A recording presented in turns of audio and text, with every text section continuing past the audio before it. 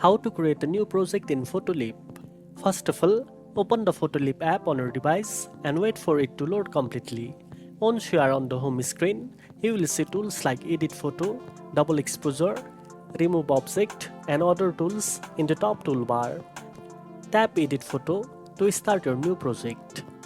Then, you will be prompted to choose an image from your gallery or capture a new one. Select a photo to begin your project or use the camera by tapping on the top right camera icon. After picking your image, Photoleap will open the editing workspace. You will see tools like layers, filters, adjust, crop, and more.